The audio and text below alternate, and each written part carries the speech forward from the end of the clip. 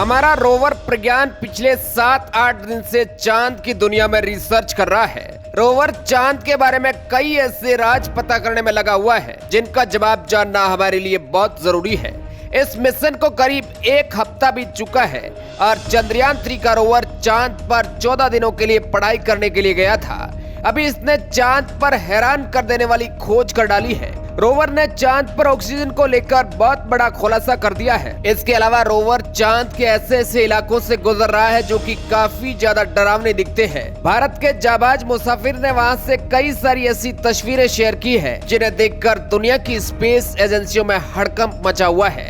आखिर इन 7-8 दिनों में इस रोवर ने अब तक वहां से क्या क्या भेजा है और जब ये खड्डे के पास पहुंचा तो इसे वापस कैसे वैज्ञानिकों ने बुलाया था, सब कुछ जानेंगे चांद की इस मशीन के बारे में। आप देख रहे हैं R media network YouTube channel. दोस्तों, हमारा लैंडर चांद पर 23 तारीख को उतरा था और उसके बाद से इसने कई सारी चांद के बारे में महत्वपूर्ण खोज अब तक कर दी है। इसरो ने रोवर को ऐसी एडवांस टेक्नोलॉजी से लेस करके भेजा था कि चांद के इतने मुश्किल हालातों में भी ये आराम से अपनी रिसर्च को अंजाम दे रहा है। एक एक करके आपको सभी रिसर्च के बारे में बताएंगे।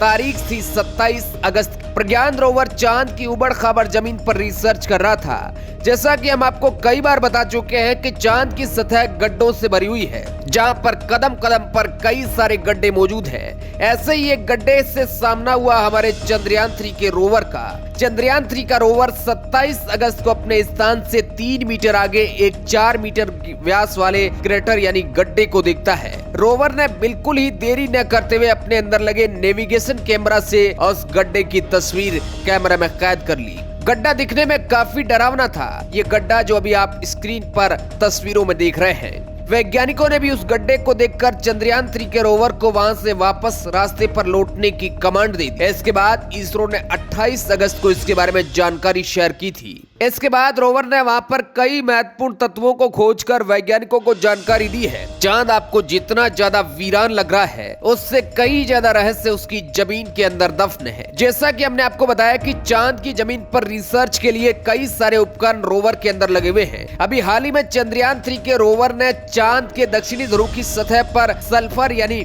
गंधक की मौजूदगी की पुष्टि की है। ये खोज प्रज्ञान रोवर के अंदर लगा उपकरण लेजर इंड्यूस्ड ब्रेकडाउन स्पेक्ट्रोस्कोपी से की गई है। इससे वैज्ञानिकों को चंद्रमा की संरचना और विकास क्रम को समझने में मदद मिल सकती है।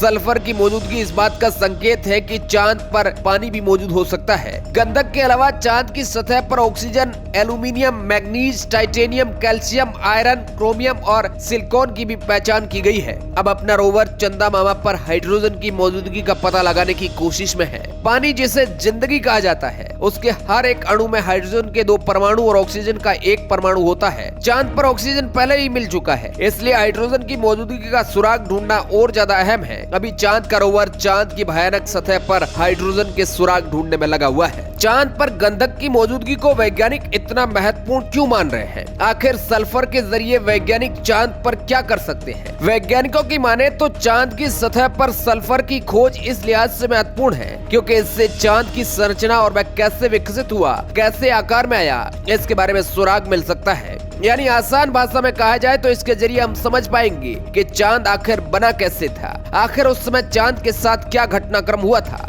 सल्फर सोलर सिस्टम का एक कॉमन एलिमेंट माना जाता है, लेकिन चांद पर इसका मिलना बहुत दुर्लभ बात है। लिहाजा उसके दक्षिणी ध्रुव पर सल्फर की मौजूदगी को वाटर आइस यानी पानी की मौजूदगी का संकेत माना जा सकता है। चांद पर पानी मिलना इसलिए महत्वपूर्ण है क्योंकि चांद पर भविष्य में इंसानों के रहने के लिए पानी का स्रोत काम में लिया जा सकता है। अगर चांद पर बड़ी मात्रा में पानी मिल जाता है तो वहाँ पर वैज्ञानिकों को भेजकर चांद के बारे में रिसर्च करना और भी ज्यादा आसान हो जाता है और फ्यूचर में हम ऐसी ऐसी टेक्नोलॉजी विकसित करके चांद पर इंसानी कॉलोनी को डेवलप कर सकते हैं। इतना ही नहीं, इससे स्पेस क्राफ्ट के लिए ईंधन और ऑक्सीजन भी पैदा किया जा सकता है। वाटर आइस में जीवाणु भी हो सकते हैं जो धरती से बाहर जिंदगी का सबूत माना जा सकता है। चांद का दक्षिणी ध्रुव उत्तरी ध्रुव के मुकाबले बहुत अलग है। चांद के इस क्षेत्र के बारे में वैज्ञानिकों को पहले से ही अंदेशा था कि यहाँ पर गड्ढों में पानी मौजूद है और आने वाले कुछ दिनों में रोवर वहाँ पर पानी की खोज पुख्ता तरीके से कर लेगा। यहाँ का इलाका काफी पुराना और ठंडा माना जाता है। यहाँ अरबों वर्षों से किसी भी तरह की ज्वालामुखी हलचल नहीं हुई है। चांद का दक्षिण वाला भाग धूल कणों और चट्टानों से पूरी तरह से ढका हुआ है,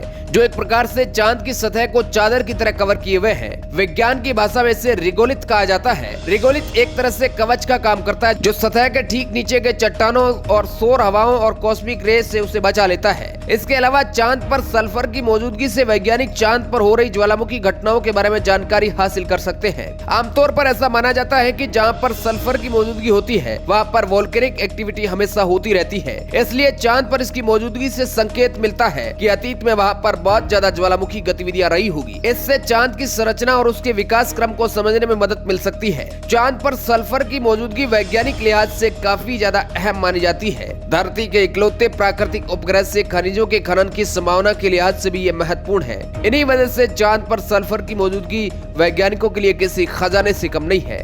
इससे पहले हमने आपको बताया कि रोवर ने चांद की सतह के तापमान को लेकर भी डरा देने वाला खुलासा किया था। दरअसल दोस्तों, चंद्रयान 3 के विक्रम लैंडर के अंदर एक बड़ा उपकरण लगा हुआ है। चेस्ट नाम के उपकरण ने चांद की जमीन का एक ग्राफ शेयर किया है। इसके लिए चेस्ट के द्वारा चांद की सतह का तापमान समझने के लिए दक्षिणी ध्रुव के आसपास की चंद्रमा की मिट्टी की जांच करके तापमान में होने वाले बदलाव के बारे में पता किया गया है। लैंडर ने जब चांद की मिट्टी का तापमान मापा तो पता चला कि यहाँ 0 से 70 डिग्री तक तापमान होता है। इस जानकारी से इसरो भी हैरान है। ऐसा इसलिए क्योंकि वैज्ञानिकों का मानना था कि चांद पर अधिकतम तापमान 30 डिग्री हो सकता है। अब दोस्तों, रोवर के बारे में कुछ आपको खूबी बताते हैं। आखिर कैसे रोवर ये पता लगा पा रहा है कि आगे क्या है और कैसे वह पत्थरों से अपने आप को बचा पा रहा है। ये तो आपको पता ही है कि चांद पर गड्ढों की भरमार है और वह उनसे अपने आप को कैसे बचा रहा है, जिन्हें देखकर दुनिया की स्पेस एजेंसियों में हड़कंप मचा हुआ है।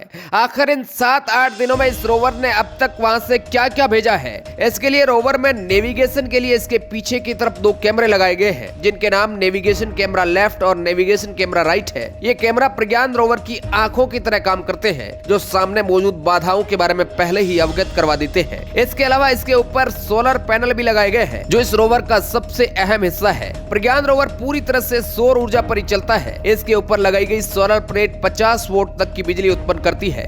इन सोलर पैनल के ऊपर नेविगेशन एंटीना भी लगे हुए हैं, ताकि चांद पर घूमते हुए लैंडर के साथ उसका कनेक्शन बना रहे और अपनी रिसर्च का डेटा लैंडर को ट्रांसफर करता रहे। रोवर के 6 टायर है और इन टायरों को वैज्ञानिकों ने कुछ ऐसे डिजाइन किया है ताकि ये चांद के उस मुश्किल हालात में आराम से चल पाए। अपने इन पहियों की मदद से प्रज्ञान रोवर 0.036 किलोमीटर प्रति घंटे की रफ्तार से चल रहा है। आपको लग रहा होगा कि ये स्पीड धीरे है, लेकिन एक लूनर रोवर के हिसाब से और मिशन को इसको जो करना है उसके हिसाब से ये अच्छी है। बाकी दोस्तों, चांद की पूरी दुनिया तो बहुत ज्यादा रहस्यमयी है। दक्षिणी ध्रुव के एक पार्ट को हमारा जावाज रोवर खंगालने में लगा हुआ है और चांद के बारे में भी ये 7-8 दिन और रिसर्च करने वाला है। इस अगले हफ्ते के दौरान ये वहाँ के बारे में जो जानकारियां हमें भेजेगा, उससे चांद के बारे में कई महत्वपूर्ण खुलासे हो सकते हैं। बाकी पानी की मौजूदगी का पता आने वाले कुछ ही दिनों में लगने वाला है। दोस्तों, चांद पर कई सारी स्पेस एजेंसियां इंसानों को भेजने का प्लान बना रही है, जिसमें नासा सबसे आगे है। बाकी भारत के वैज्ञानिकों ने जो कहा था वह करके दिखाया है।